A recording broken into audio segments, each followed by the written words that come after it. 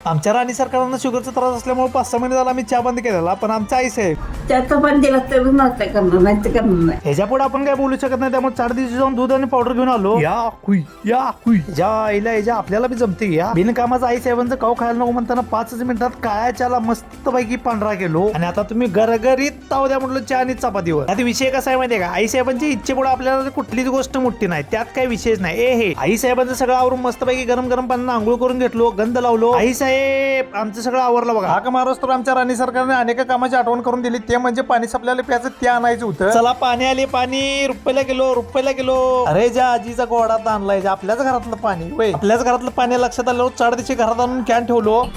अगदर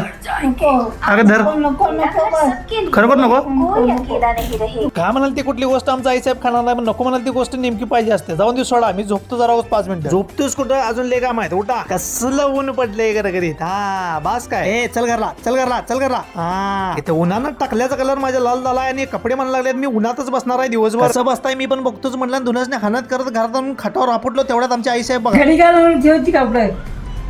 चला आई साहेबांच्या पुढे आपण तर काय बोलू शकत नाही, त्यामुळे गबगुमान सगळी कपडे व्यवस्थित घडी घालायची आणि कपाडात ठेवून टाकायची. चला आजच्या पुरते एवढंच भावनो, कारण आई साहेबांनी आपला लय पिट्टा पडला. भेटूया उद्या नवीन व्हिडिओ सोबत. तोपर्यंत काळजी घ्या, जाता तुमच्या भावाला फॉलो करायला विसरू नका. चला.